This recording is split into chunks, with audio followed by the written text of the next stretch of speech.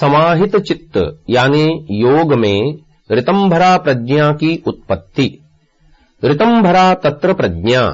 पूर्व सूत्र में महर्षि पतंजलि जी ने अध्यात्म प्रसाद की चर्चा की है। महर्षि वेदव्यास जी ने अध्यात्म प्रसाद को स्पष्ट करते हुए कहा है कि वस्तु के यथार्थ स्वरूप को बताने वाली शुद्ध प्रज्ञा ही अध्यात्म प्रसाद है। उसी अध्यात्म प्रसाद को सूत्रकार ने प्रस्तुत सूत्र में ऋतंभरा प्रज्ञा नाम से पुनः कथन किया है। योग के क्षेत्र में जिस बुद्धि अथवा ज्ञान को अध्यात्म प्रसाद शब्द से कथन किया है उसे ऋतंभरा प्रज्ञा शब्द से भी कथन किया है। भाष्यकार ने इसे स्फुट प्रज्ञालोक शब्द से भी कहा है। मनुष्य जीवन में सुख और सुख के साधन विपुल मात्रा में उपलब्ध हो परंतु बुद्धि या ज्ञान न हो तो मनुष्य जीवन निरर्थक हो जाएगा। इसलिए मनुष्य जीवन में सबसे महत्वपूर्ण वस्तु बुद्धि ही है।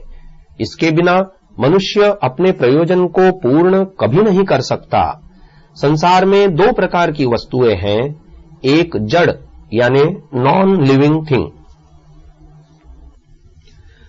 दूसरी चेतन यानी लिविंग थिंग। जड़ में बुद्धि नहीं होती और चेतन में बुद्धि होती है।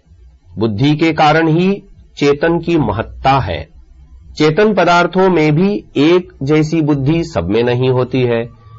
मनुस्मृति में महर्षि मनु जी लिखते हैं, भूतानां प्राणिनः श्रेष्ठाः प्राणिषु बुद्धिजीविनः बुद्धिमत्सु नराः श्रेष्ठा नरेषु ब्राह्मणाः स्मृताः ब्राह्मणेषु च विद्वांसो विद्वत्सु कृतबुद्धयः कृतबुद्धिषु कर्तारः कर्तृषु ब्रह्मवेदिनः।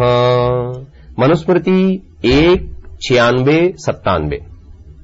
अर्थात दो प्रकार के जड़ और चेतन पदार्थों में चेतन पदार्थ श्रेष्ठ हैं। चेतन पदार्थों में बुद्धिजीवी बंदर तोता आदि प्राणी श्रेष्ठ हैं।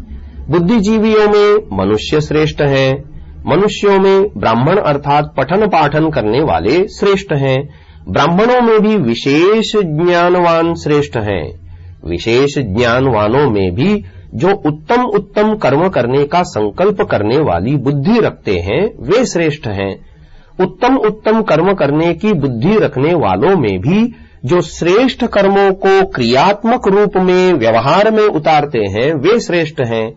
श्रेष्ठ कर्मों को करने वालों में भी जो ब्रह्म साक्षात्कार करते हैं वे ही सर्वश्रेष्ठ होते हैं। यहां पर मनुस्मृति के श्लोकों को देने का अभिप्राय केवल इतना ही है कि जीवन में बुद्धि की श्रेष्ठता बहुत अधिक है। इसीलिए यदि जीवन में ऋतंभरा प्रज्ञा को प्राप्त न किया जाए तो जीवन व्यर्थ ही कहलाएगा। तीव्र इच्छा, अत्यंत पुरुषार्थ, घोर तपस्या, उत्तम विधि और अनुकूल साधनों को अपनाने से ऋतंभरा प्रज्ञा प्राप्त होती है। ऋतंभरा प्रज्ञा का मिलना अनेकों जन्मों के पुरुषार्थ के कारण संभव हो पाता है। मनुष्य के जीवन में यदि कोई सर्वश्रेष्ठ बुद्धि है तो वह ऋतंभरा प्रज्ञा ही है, जिसके माध्यम से मनुष्य आत्मा और परमात्मा का दर्शन करने में समर्थ होता है। ऋतंभरा तत्र प्रज्ञा सूत्र की व्याख्या करते हुए महर्षि वेदव्यास जी लिखते हैं, तस्मिन् समाहित चित्तस्य या प्रज्ञा जायते तस्य ऋतंभरेति संज्ञा भवति।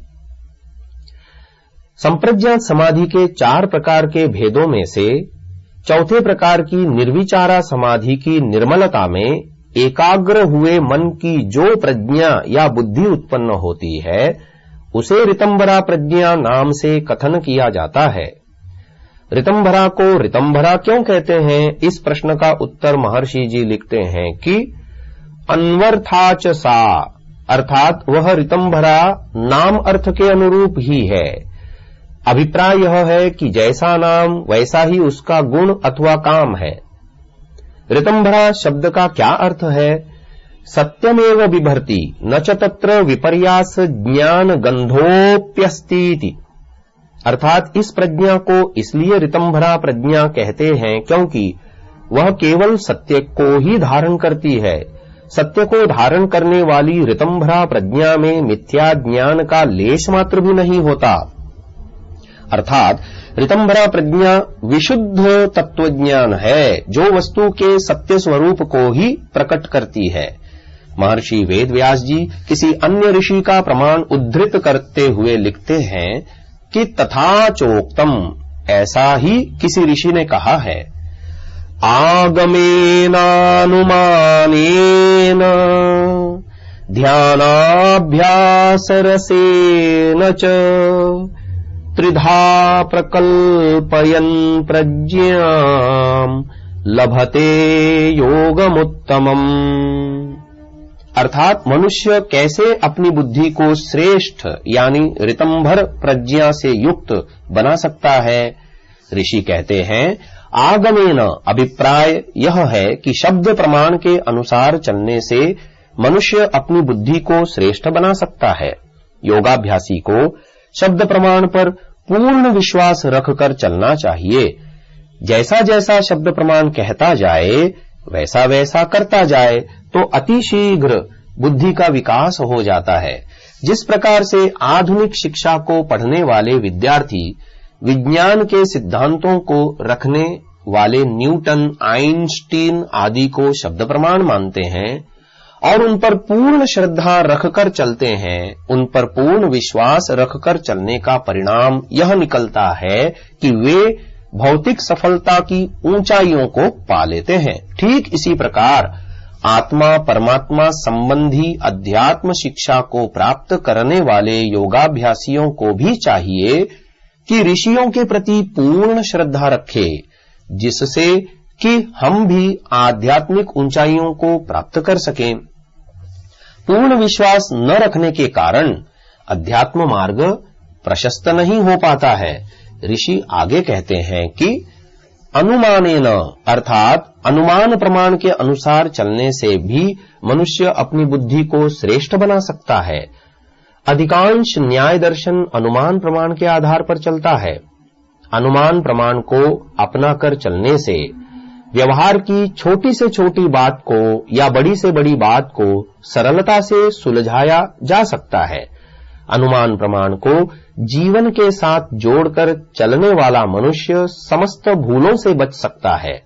अनुमान प्रमाण मनुष्य को व्यवहार कुशल बना देता है और बुद्धि को खोलकर संशय रहित बना देता है। किसी भी वस्तु तत्व को पहचानने या समझने का आधार अनुमान प्रमाण भी है। श्रेष्ठ बुद्धि बनाने का तीसरा उपाय बताते हुए ऋषि लिखते हैं ध्यानाभ्यास रसेन च, अर्थात निरंतर ध्यान का अभ्यास करने से बुद्धि सात्विक बनती है। न जाने हुए सूक्ष्म विषय स्पष्ट हो जाते हैं। पंचमहाभूतों, ज्ञानेन्द्रियों, कर्मेंद्रियों, तन्मात्राओं, मन, अहंकार, महत्तत्व, सत्व, रज, तम, आत्मा और परमात्मा का विशेष ज्ञान प्राप्त होता है। सबसे अधिक जानकारी प्राप्त करने का माध्यम ध्यान ही है। ध्यान बुद्धि को तपा कर अत्यंत प्रखर बनाता है, जिससे बुद्धि सत्य को ही अपने में धारण करती है। इस प्रकार से योगी त्रिधा अर्थात तीनों शब्द प्रमाण, अनुमान प्रमाण, ध्यान उपायों के माध्यम से प्रज्ञाम अर्थात ऋतंबरा प्रज्ञा को प्रकल्पयन सर्वश्रेष्ठ बनाता हुआ उत्तमम योगम लभते, आत्मा परमात्मा के साक्षात्कार रूपी उत्तम योग को प्राप्त कर लेता है। यहाँ पर उत्तम योग किसे कहना चाहिए? समाधान यह है कि योग का अर्थ समाधि अर्थात साक्षात्कार है। उस उत्तम समाधि वह ही है जिसमें आत्मा और परमात्मा का साक्षात्कार होता हो। इसीलिए उत्तमम योगम से आत्मा परमात्मा का साक्षात्कार ही लेना चाहिए।